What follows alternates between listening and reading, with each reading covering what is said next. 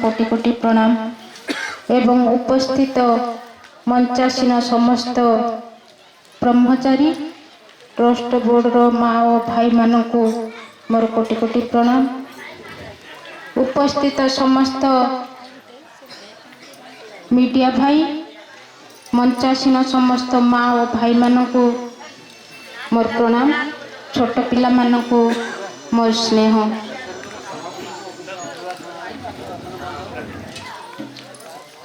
आज मते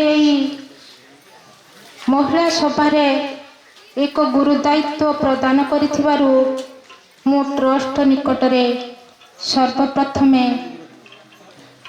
प्रणाम जनाउछि।